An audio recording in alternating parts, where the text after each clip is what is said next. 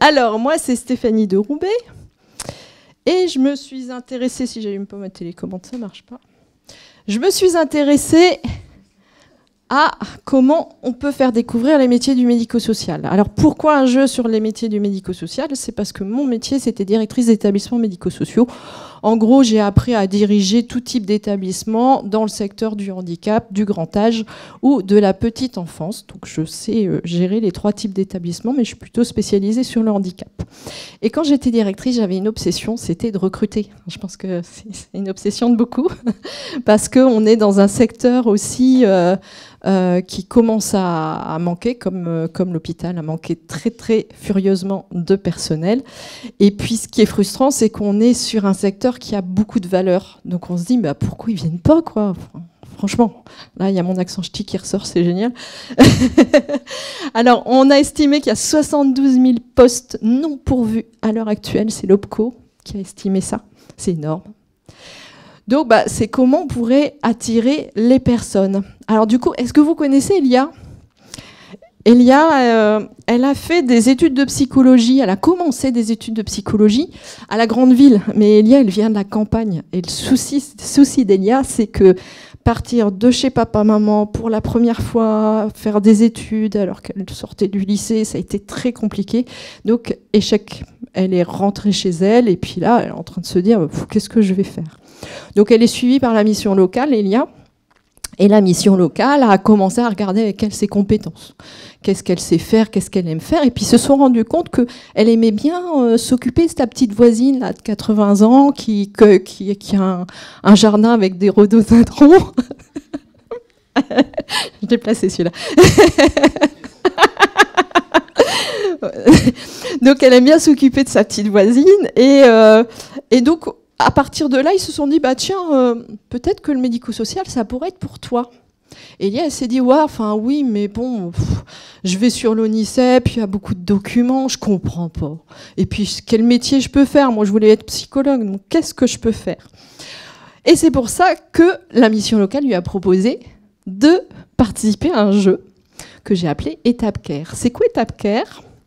C'est 3 objectifs. 1, appréhender les missions du secteur médico-social, parce que moi j'ai découvert notamment dans le polyhandicap qu'on pouvait même faire du karting et faire des activités différentes. Donc le but c'est de faire découvrir qu'on peut faire de tout.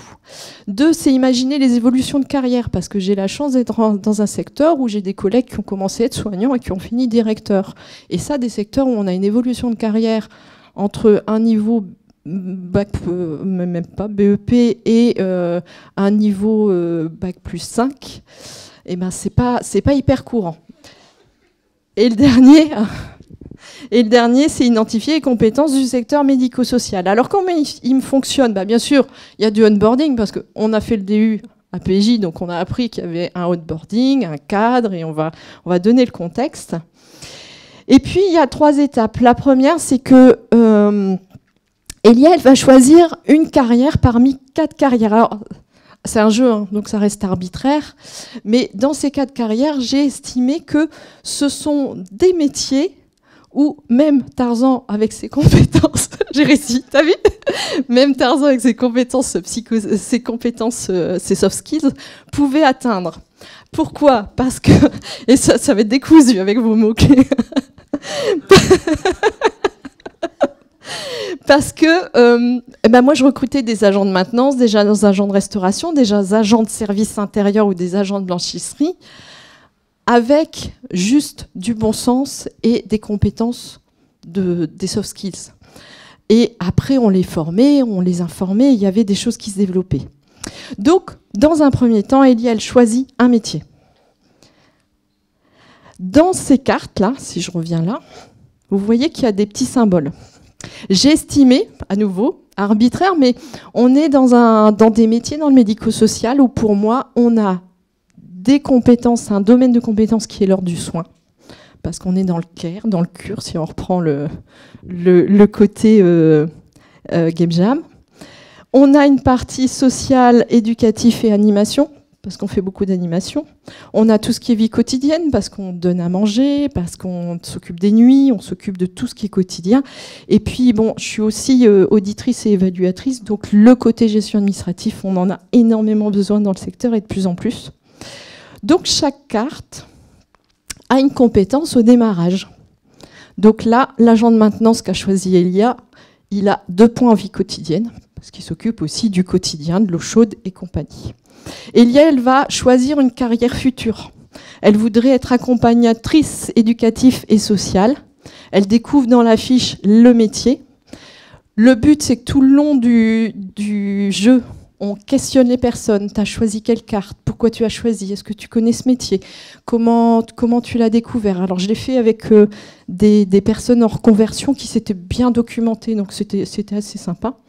Donc, elle choisit un métier. Alors, on va avoir 2 niveaux de métier parce que, à nouveau, on est dans un secteur où on peut atteindre des métiers avec un niveau BEP, avec un BEP CAP, avec un niveau bac, avec un niveau bac plus 2, avec un niveau... Enfin, voilà. On a différents niveaux. Et j'ai changé puisqu'il y a une joueuse qui m'a dit « Oui, mais c'est pas juste, moi, je voulais être directrice. » Sauf que pour être directrice, il fallait beaucoup de points. Donc, elle trouvait ça tellement injuste que j'ai mis des niveaux intermédiaires. Donc, elle choisit une première carrière. Et comment elle va changer de carrière? Parce qu'il lui faut, elle a 2 points de vie quotidienne. Il lui fallait un point de vie quotidienne, là, c'est bon. Il lui faut un point en démarche administrative et 3 points en animation pour changer de carrière. Eh bien, elle va exercer des missions. Et ces missions, à nouveau, c'est un jeu, c'est arbitraire. Ces missions vont pouvoir nous faire comprendre ce que c'est que la vie dans un établissement médico-social.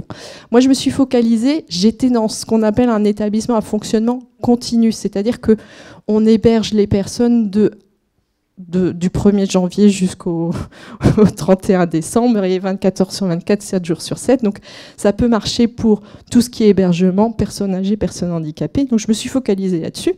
Et donc, on va choisir une carte. On a un draft, c'est fait exprès, parce que les joueurs étaient là en train de dire « Ah oui, mais là, il n'y a pas de carte qui m'intéresse. Mais si je prends cette carte-là, je vais bloquer un tel. » Ouais, c'est bon, ça veut dire que ça joue. Musicothérapie, qu'est-ce que la musicothérapie? Et puis on échange. J'ai eu toute une réflexion sur est-ce que je laisse le vocabulaire de mon secteur? Mais si je l'enlevais, je perdais un petit peu de sens. Alors, nous, on a des choses comme le manger, c'est aider une personne à appréhender l'alimentation avec quelque chose qui se saisit.